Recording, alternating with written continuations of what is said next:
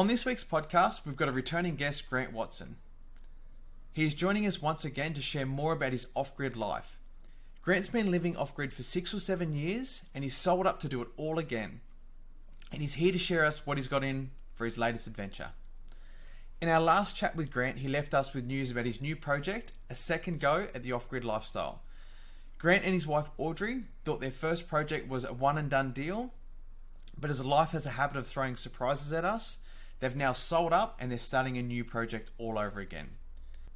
Join us as Grant shares with us what he's got in store for Project 2.0.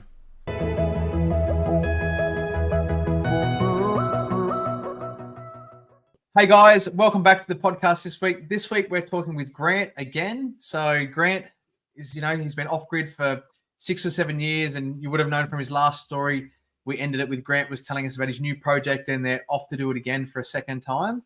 He's a sucker for punishment and enjoys it, him and Audrey.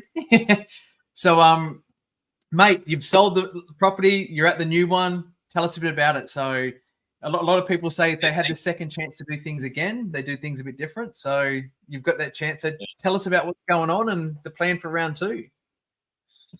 Thanks, Mike. It's exciting. It's always exciting to start a new project like this. The interesting thing that I'll stick on this that we said on the first project, or that we planned in the first project, that was going to be the first and last project for going off grid, because that was, we retired out to it the first time round, and we, this is it. We're done and dusted, and we're here forever now. But as things we know change, we've obviously now sold that up. It actually settles next week, and we've got a little bit of early occupation here, and so we start up here, and hey, we're going again. So we're not actually even saying that this is our last, because we've learned that now. We're saying that this is our project, and if push comes to shove, we'll be here forever. But there's that possibility. You never know what can happen. We could break a back, or we've done that already, I think, and or whatever happens, and we can't continue with it. So that's that. But anyhow, I digress a little bit, and so I suppose some of the things that I want to pass on are how I did things before. They're in new surrounds, and they've got all these new smells and noises and what have you. And normally it's just kangaroos up at the last place, and just birds and the like, and the geese and so forth. But these guys at the moment, there's something out there that has certainly got their attention. Yeah. So anyhow, go on. Tell us a bit about this new block. So, yes, it's just a bare block. And when you're making a decision to purchasing it the second time around, what were some things you thought about that? Okay, well, last time we did this, we don't want to do this this time. So, what were some of the decision makings around choosing this block? Well, the key one was permanent water. Yep. Because as you know, in Australia, it's important everywhere, all around the world, but it's really important to get some good water. In the last place, I built several dams and increased the size of some dams as well to give us enough irrigation water. Audrey and I had a saying: when it rained, we'd put a 22,500 litre tank in, 5,000 gallons. We'd put that in. If it overflowed, we'd put another one in, and we kept doing that. We ended up with 5 of those tanks. In the end, we said, "Look, we've got enough drinking water here. We'll be fairly bloated." Anyhow, So that was the plan. We wanted to make sure that we had permanent water here, for it's your main, one of your main utilities, if you like, but also we wanted some aesthetic as well, so that you could enjoy the peace and the water flow and this, that, and the other. Now, having said that, though, this property has got permanent water, but we're also in El Nino, and not too much rainfall, and it actually stopped flowing about 2 weeks ago.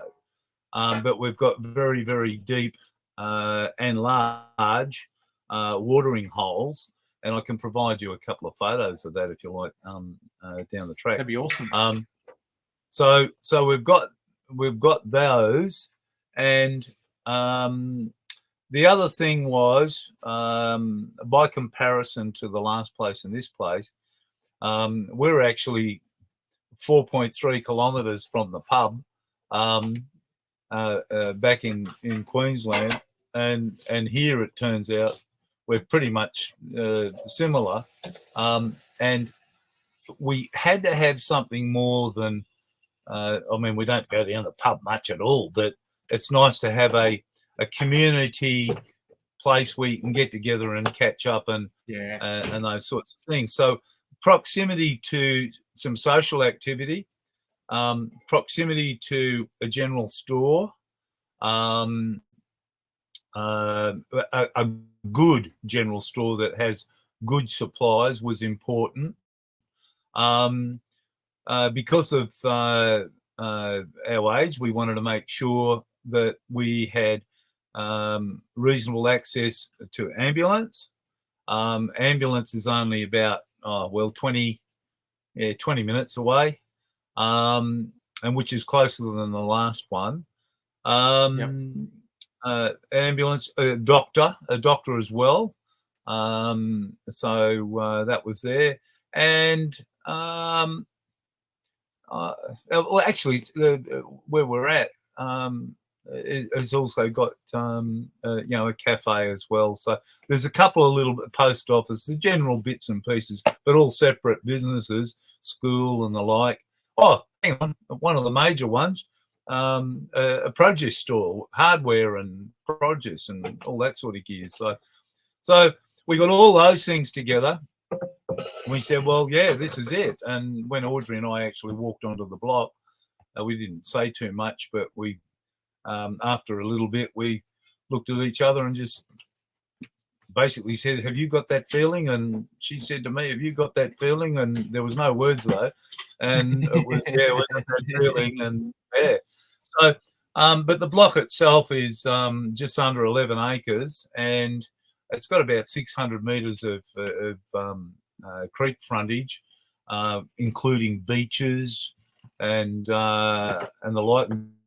Great big granite outcrops, the size of a double-decker bus. Some of them are amazing in size. There's a lot of trees, very, very tall, 30 to 40 metres, a lot of them. Not some with a big girth, but some not so. So so this block, it was fairly flat, with some small undulations of about say 3-4 meters from front to back.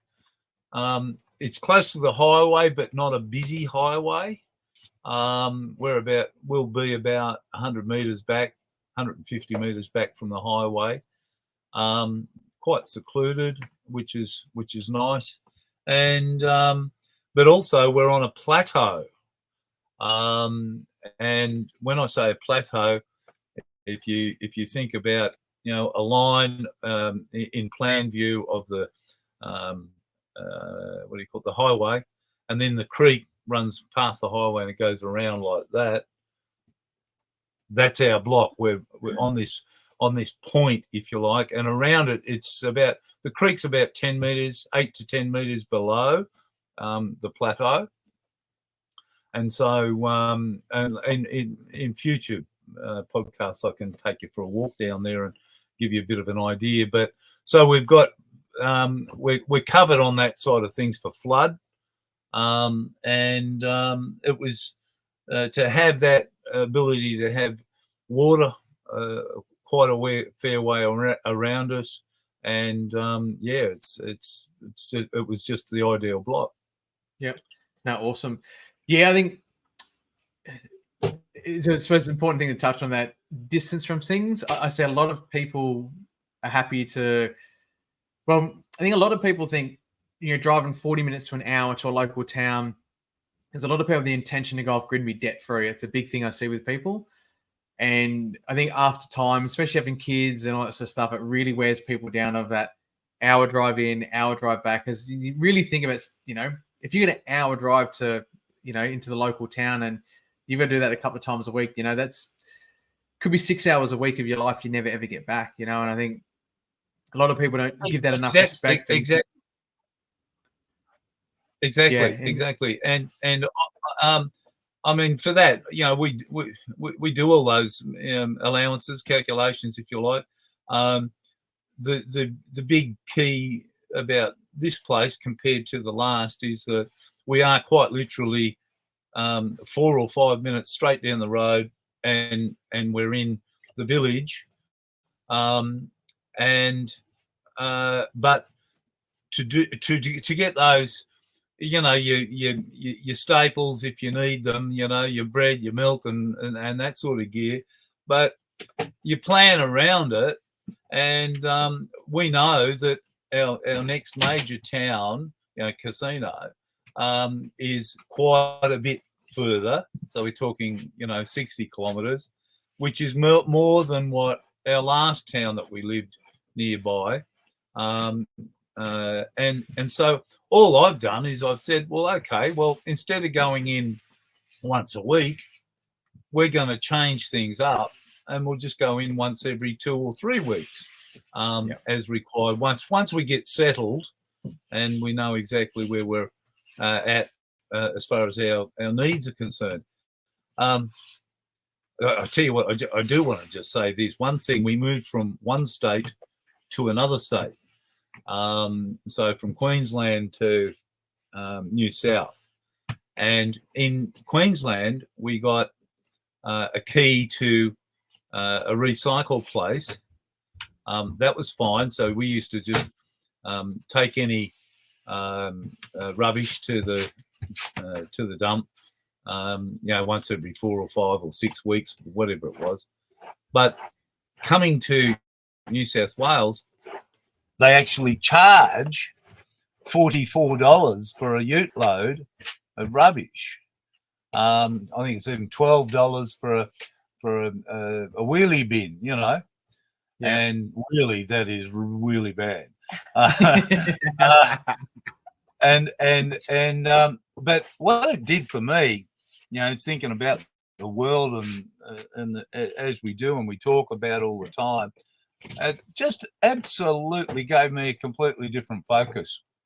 And I said to Audrey last night, I said, isn't it fantastic that the New South Wales government, and a lot of people are going to hate me for this, but they actually charge you for your rubbish because, user pays, and that's the way I think it should be. Here we are. I do the shopping, bring home some meat, and it's in a cellophane container with a single-use container. Mind you, we don't single-use them sometimes. And you just get the impact. You find how many things that you buy have got all these single-use plastics in them. Your custard container, for example, because we had rhubarb and custard the other night, and things like that. And so it really impacted me, and it made me think a hell of a lot. So much so that Audrey and I are now going, okay, well, we're going to do a complete rehash on our rubbish, everything that we get. We were even talking the other night about you go into your supermarket and you go, okay, we're buying strawberries, and they come into. Hopefully, we'll have ours growing soon. But you buy strawberries, and they're in a plastic container. Well, you're at the checkout chick, and Aud said, well, why don't we just open them up and just have our own container, put all the strawberries in them, and then hand it back and say, no, you can recycle that for yourselves, keep it at the shop, we'll take our strawberries home in our own container, and have supplies where you can, well, some shops have done it where you can actually pick your own strawberries out, but I dare say that health issues there and all that sort of gear. But it just really made me think a lot more about how much rubbish we put into the system.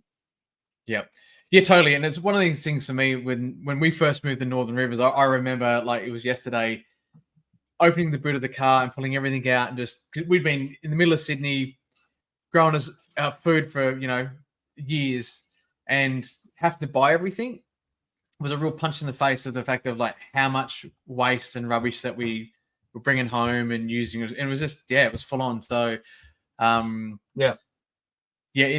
people don't realize, it's the same as water, people get charged for water, and the water board, there's a number, they've worked it out that the only reason they charge a certain enough is a certain enough pain that people don't leave taps on.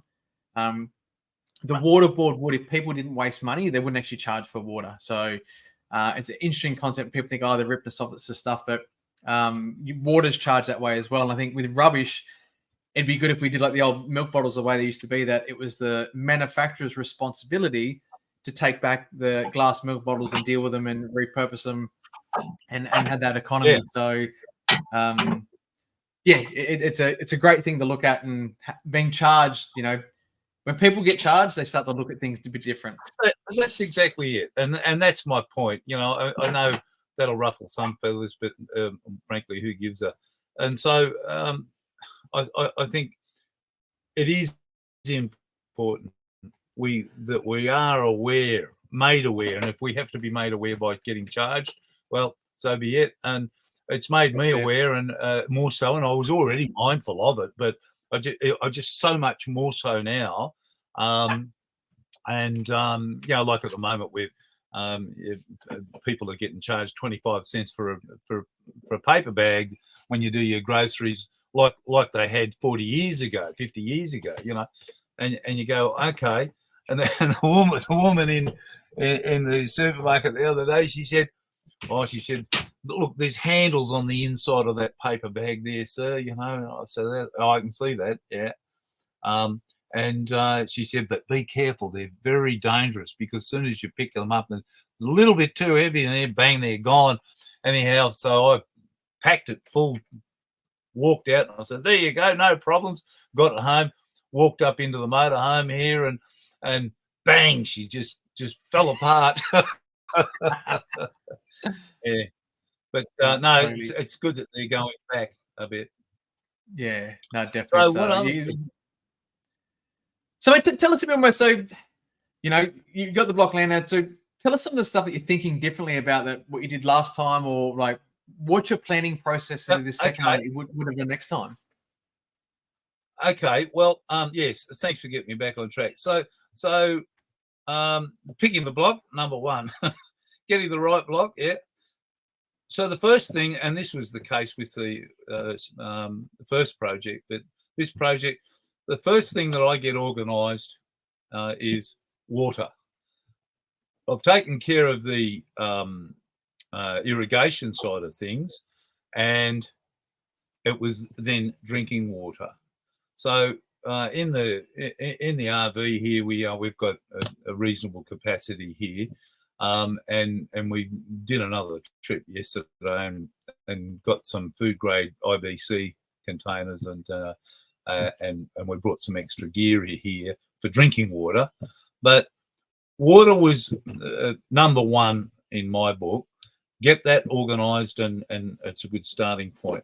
Now, having said that, we've only been here, not even a half a week yet, or just on. And what I've done, because I haven't even got roof, except for what's on the awning here, or you've got the container there, but wouldn't want to be drinking stuff off that. Anyhow, so I've just laid out some, literally laid out some used, but good colour bond corrugated iron sheets. Laid them out, and I'm just doing that straight on the ground. So I've got a surface area, put some guttering at the bottom, and catch the water there and flow it into a tank. And then today, tomorrow, I'll be organising a pump down there to pump that up here to get us mobile on that front. But I've already ordered the tanks, a couple of 22,500 litre tanks, because there's a delay on that, and you don't know until you start exploring this stuff. Yeah. Oh, there's a delay. In this case, when I ordered them, there was a 6-week delay. So, but they'll be here at the end of September, and so we'll be right to start filling those. The next thing that I thought of is, well, you got to think about location. Where are they going to go permanently, and where are they going to go temporarily? So I thought about that. In the past, we've put a tank in, and then realised that no, our first thinking, and this goes back to what you were saying earlier, that where you're going to build or what are you going to do, your thinking is going to be different 6 months, 12 months later, and it's important to take that into consideration. So and so I've certainly taken that on board.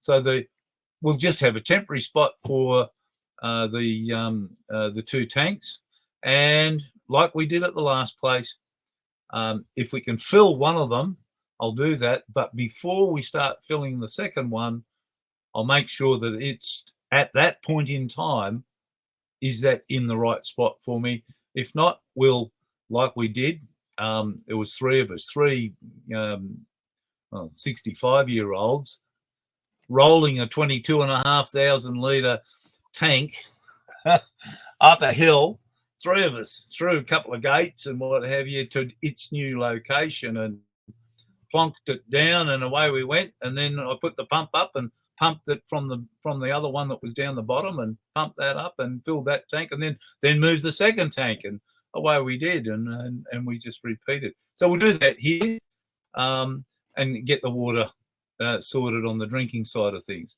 The next thing that was important was that I've worked out for here is I'm going to use a grid pattern, and of front to back and side to side. I'm going to run 1.5-inch poly pipe, literally one through a 4-way T, if you like, across the side of across the block, front and back, as I say, so that and cap it at either end, and just work it from there, so that I can then provide irrigation to all over the whole block and tap into it at any time. Yeah, so I wanted to get the irrigation all set up in a straight line, and document that as well on a scaled plan, and capture all of my information as and when I do it on paper, so that, or digitally, whatever, capture it all, so I've got an actual plan, so I can find stuff again once you get growth and everything over it. Exactly where everything is. And I did do that with the last one, but get some measurements down and scale it so that you know exactly where it all is. The other thing that I thought of too was, I know we have to do things certain ways because of the powers that are, but I might bend things a little bit. I want to put in the irrigation, but I also want to put in some power as well, and they may be in the same trench, but they'll be certainly apart, if you know what I mean. You can actually put them in the same trench. They'd have to be 300 mil deeper. So you do power, 300 power mil, is 600 with a 300 mil tape on top, so you know that you're getting down close to it and all that sort of gear, and that's exactly what I will do. But so I want to incorporate a few things in there: power, irrigation water.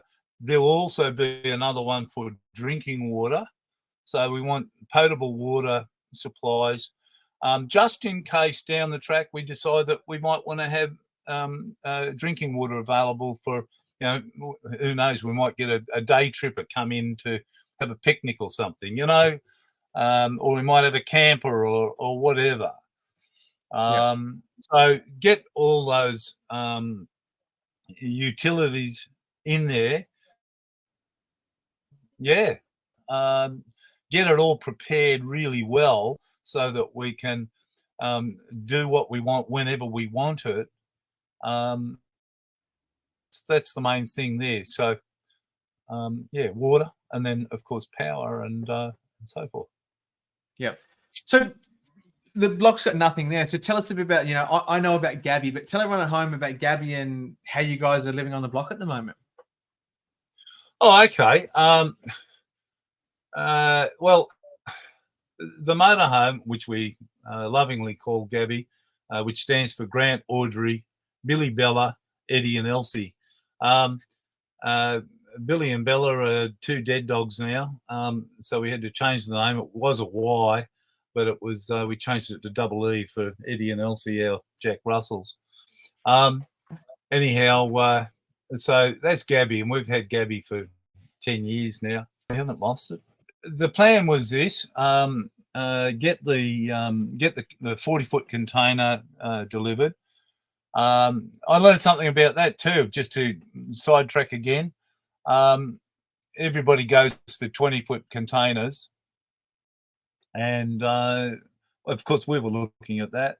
And frankly, we didn't actually need a 40-foot container, but I thought, well, I want to make sure that we're well and truly covered with it. And so did the calcs, and it was cost effective to get a 40-foot container and pay for that transport, but it wasn't too bad.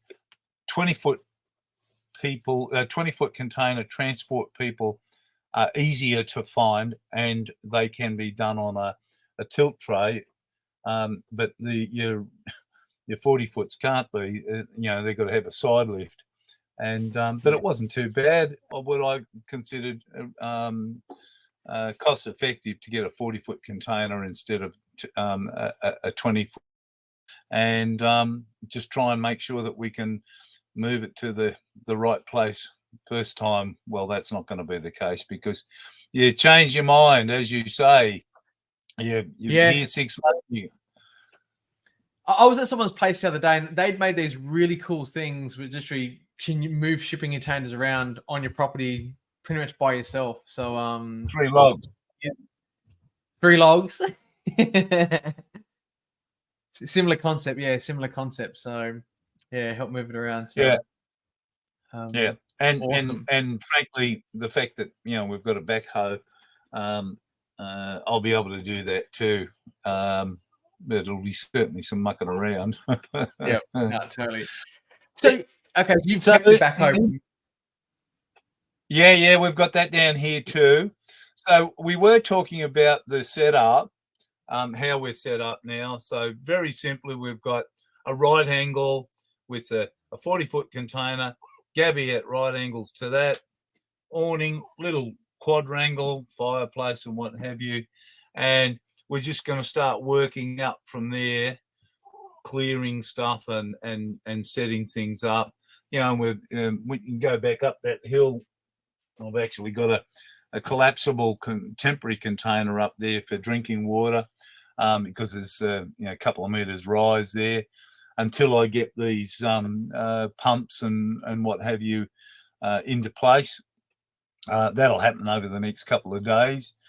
And yeah, so that'll be our setup. And also, we've got about 150, 200 trees, dead ones, that the fires through 2017 and 2019 came through. And so there's some significant trees here that have got to come down, which is another story too, with the people that we're actually talking to at the moment.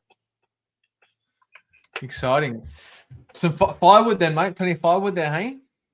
Plenty of firewood, Mike. Plenty of firewood. Plenty of fish. We've actually got some interesting looking fish down there. We've actually got, we believe, platypus. So we're actually going to call the property Platypus Point. And, there you go. So go from Eagle's Nest to Platypus Point, hey? Yeah, that's it.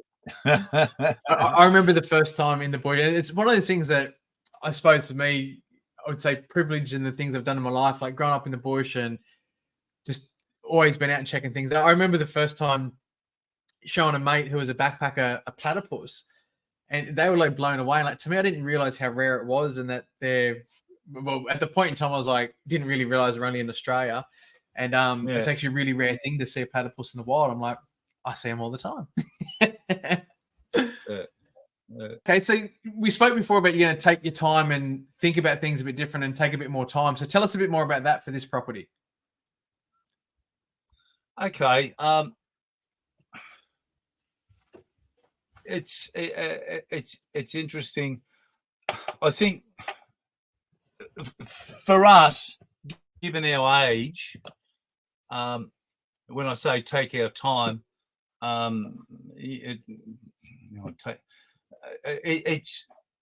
just need to slow down, basically, because you just push, always wanting to get it done.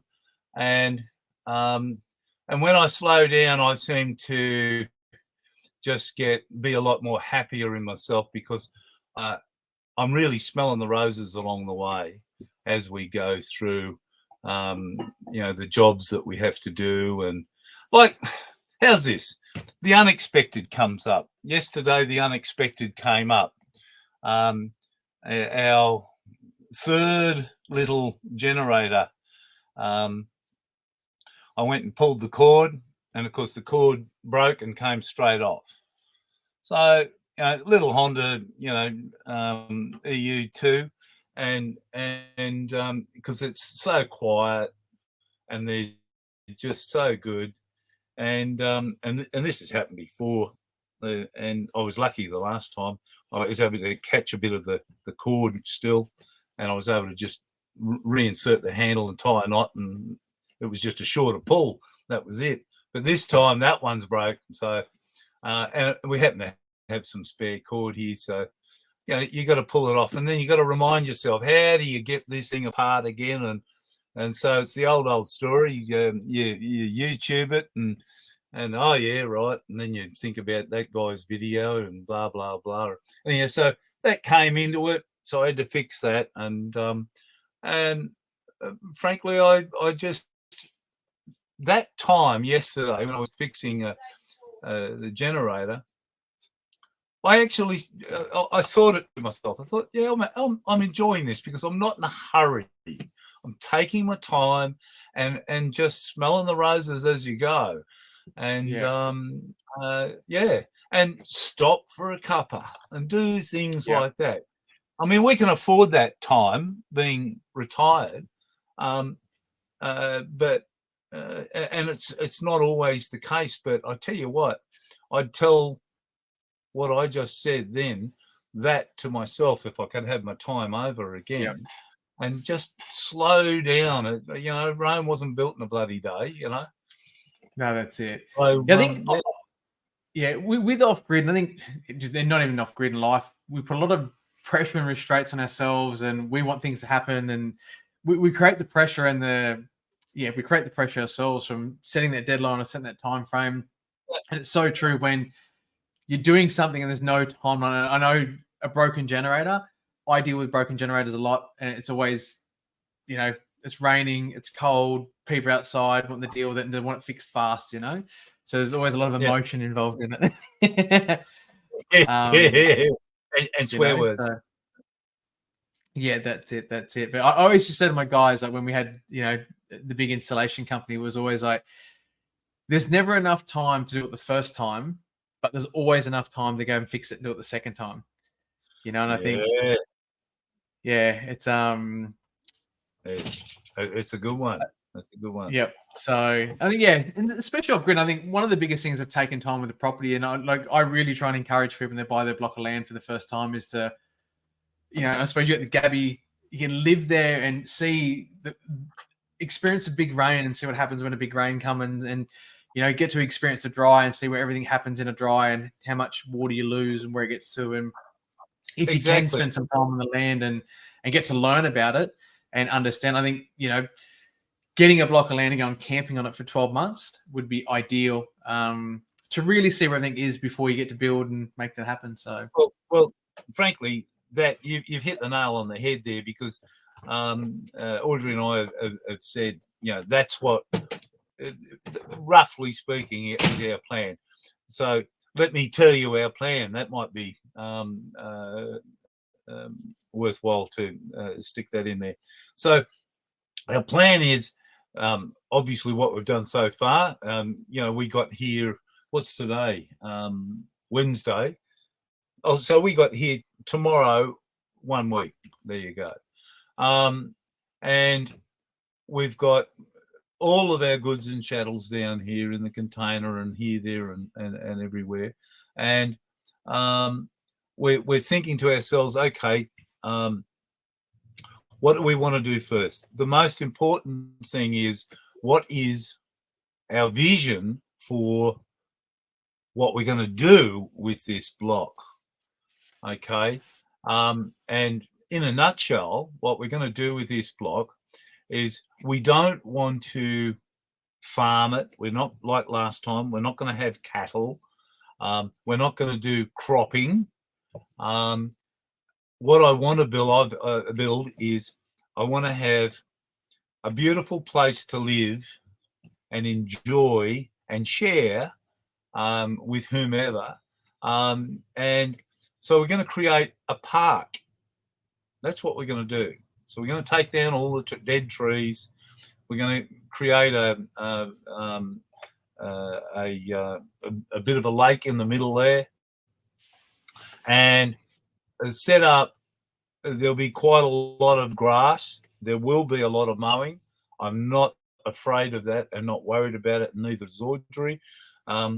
As Audrey said to me, I'm sick to death of bloody gardens, and that we'll have gardens, but as long as there's enough mulch on there that's not going to affect fire threats and things like that, we'll have that for the weeds. But we'll have less of those, more purposefully put in areas, and lots of grass, so that you've got nice areas to walk around and enjoy, and smell the roses. And then we'll have our specialist areas. For example, you know, I'm going to be putting some bush hedges, and not so much hedges, but bushed areas where it breaks the view, so that when you come in, you can't see things straight up. And when you come in, the road winds a particular way, and then as you come into the area, it opens up, and you go, wow, this is different.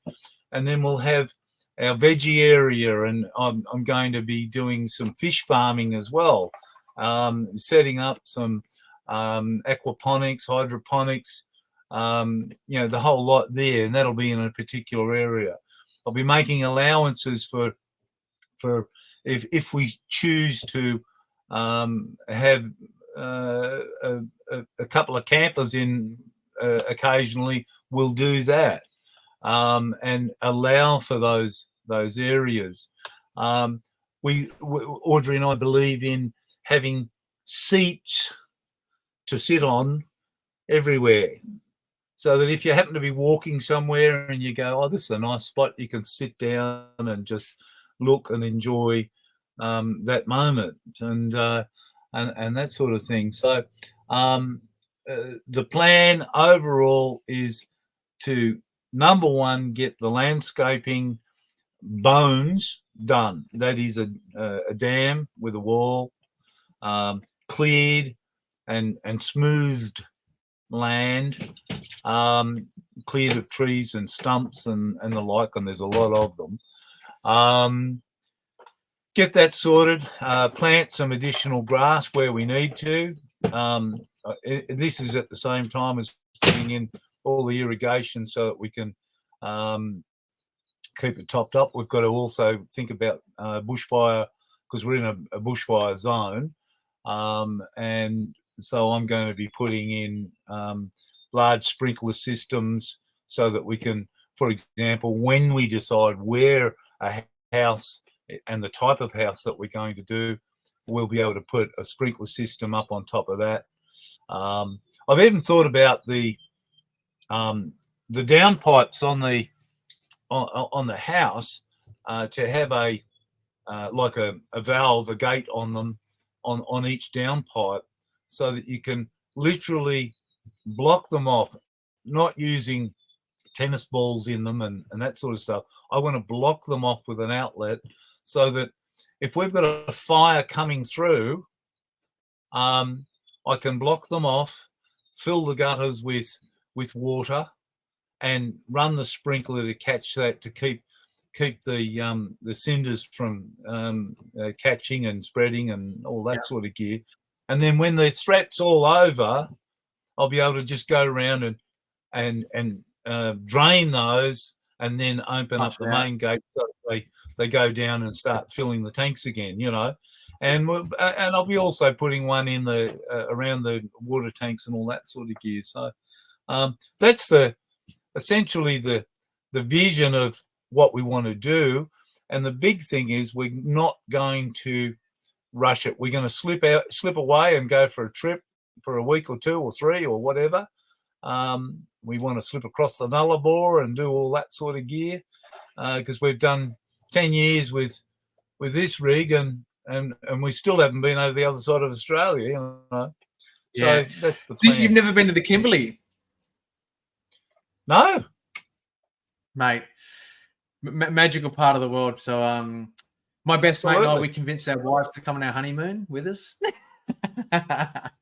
You're a nice bloke.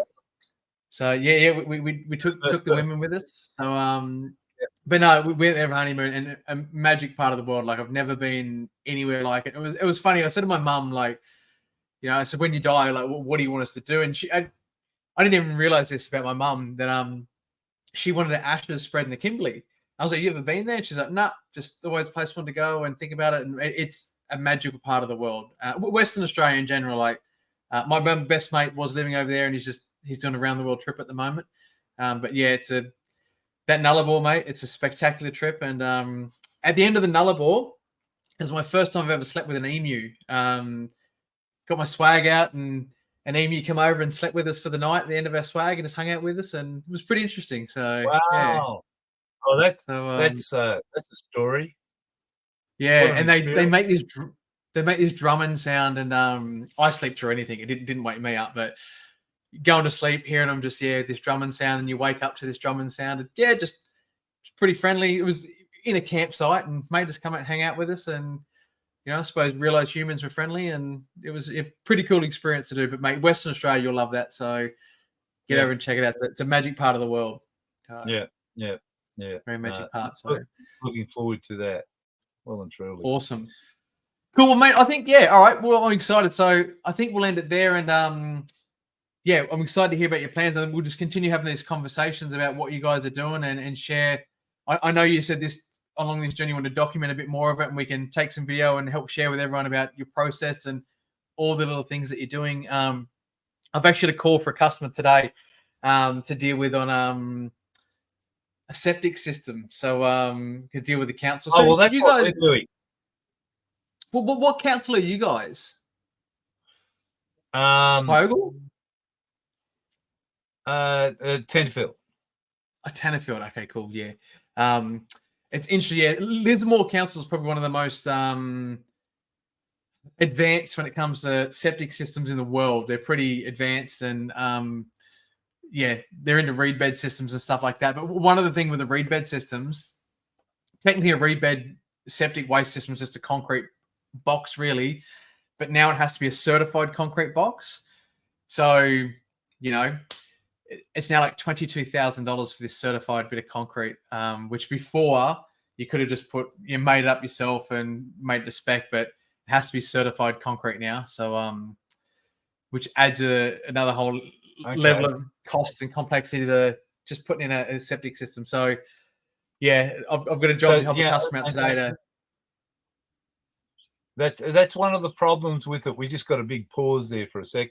But that is one of the big problems with it. I think the councils really do need to get a little bit more on board. I know that they're big brother watching and making sure everybody's doing everything right. But hey, whatever happened to being accountable yourself? And if you decide that that's what you want to do, and it's not a problem health-wise, and you're not doing anything detrimental, I get that. So why not give people that a little bit more freedom to do things so that they can keep costs down? That's the trouble with the world today. Everything is so damned expensive, and it doesn't need to be. And it's all because it's all geared around, it's throw away this, throw away that. You know, hey, we're up to, I think, ready for our 4th and 5th flat screen TV to throw away. You know, it's ridiculous. But we also will be doing a septic system, and the concerns that we've got there are just simply, as long as the transpiration pit is away from, like we're talking 100 meters from any water course, anything like that. And of course, that's what we want to do. We don't want to poison anything or do anything like that, and keep it all right. But yeah, it'd be great. You've got the Lismore Council. Why? And I'm sure that other councils learn from each other. A reed system. Others need to get on board. I believe, though, to talk about the process, that the New South Wales government now have a portal where all applications for all building, all DAs and what have you, all go through one spot, and then they get sent out to the various councils in the area. You got to wonder, well, yeah, they're doing that for a reason, but to make things simple. But are they actually doing that? Might be making it simple for them in processing and keeping the big brother thing, watching and counting the numbers and all that. But he whiz. Yeah, look, I think it's a bit of a double-edged sword out there. In my opinion on it, I think the New South Wales government are moving, and it's all governments or state governments, because they're sort of really on the councils to approve more, and that's one of the biggest problems as well. That they want the application to go through them, so they can see the applications and make sure that councils actually are approving more. Because there is some warriors in councils that sort of like, nah, we're not going to approve that development, and we have a housing shortage, so it is a bit like the New South Wales government do want to do that, but I also do see that from them, if they're going to be pushing approvals, there is a lot of localized things that maybe shouldn't go ahead. And yeah, it's one of the big things that with the property development stuff that we do that you see is there are some decisions made on a state level that is probably not the best thing for that community, and vice versa. There's some stuff that's done on the community level from the council on behalf of the community that's probably not the best thing for the community. So it's a bit of a challenge, mate, to make that happy and make it all work for everyone involved. So I don't know what the solution is, but it's definitely, I don't think it's in the right step of having state government make decisions for local councils. So bit of a challenge. But And an interesting thing that I was reading the other day there, in a lot of the research I do for how we set up, I think, well, hang on, we're in a first world country. What about these other countries that have got nowhere near as much of what we have? And they do it really, really tough. And I thought, well, let's find out a little bit about sewage treatment, right? And so I ended up, cut a long story short, and that's always pretty hard for me. And I ended up with the Bill and Melinda Gates.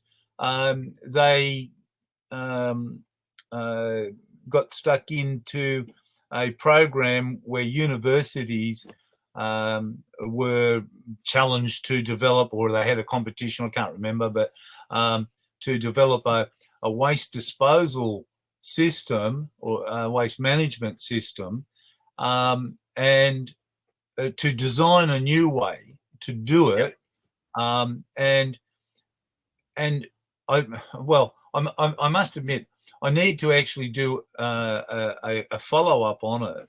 But what I understand is that they came up with a fantastic design, one particular university, I can't remember which one it was, but where they separated the pea from the poo, and the pea is the worst one, is the hardest one to deal with than the poo. And basically, this was a standalone system that they did in India, and it was one unit, came down, separated the two, and was able to process it and do it on a high-tech, low-tech, whatever you want to call it, way. And it was very, very, very, very worthwhile, economical and successful system. But they had one problem. Everybody that used the toilet, they were so used to just, defecating in the streets and this, that, and the other, that I heard about that and urinating and the like. What they did is they had to change the way people lived and get them to use toilets that were actually in the streets and not do the things that they had been doing. That was really interesting. Now, to take that one step further, imagine that technology, some smart council here in Australia going, well, hang on, or government, national, federal government, whatever, saying, hey, we need to take this on board and let's get this out there instead of all of these costly systems that we have now and that are not as effective as what Bill and Melinda Gates program developed. No, Jeff, I'll get you to find that link and send it through to us so we can share it. But it's a concept like my mate's he's in Vietnam at the moment on a world tour, and it really reminded me of Greece is the same. So in Vietnam and Greece, you don't put your toilet paper down the toilet; you put it in the bin next to the toilet. Yes. So every couple of days, their septic systems can't actually handle the paper, clogs them up, and that sort of stuff. So the pipes are too small. So it's little things like that. I think I had a mate go overseas recently, and he was just amazed of how lucky we have it here in Australia, and just didn't realize all these things that we just do compared to other third world countries. Right. So, mate, it's definitely we do. Get spoiled here is the reality of systems and how things work, from cleanliness and tidiness and that sort of health. Because that's a lot of those countries have a lot of health problems because their waste is not dealt with properly, and the rubbish and so on and so on. So just done it. So awesome. Yes. Cool. Well, mate, thank you. I appreciate your time as always, and I'm looking forward to coming out and checking out the new property, and we'll take some drone footage and be able to share it and document your journey this time going around. And well, that's not a problem, and it'll be a pleasure, and happy, and it'll be good to look back on this and say, oh yeah, I remember that. Yeah. No problem. Yeah, dumb. All right, mate, we'll talk to you soon. I hope you enjoyed this episode and found the content educational and inspiring. If you got something out of it and you think you know someone else that would actually also enjoy it, we'd really appreciate if you could share the link with them and encourage them to check out our channel. And don't forget, you can join the Off-Grid Tribe podcast for free, where you can actually ask and interact with myself and also our guest speakers. So jump over today to offgridtribe.com, register yourself an account where you can actually have a conversation with myself and one of our guest speakers, and we can continue the conversation there. Together, let's embrace the power of sustainable living.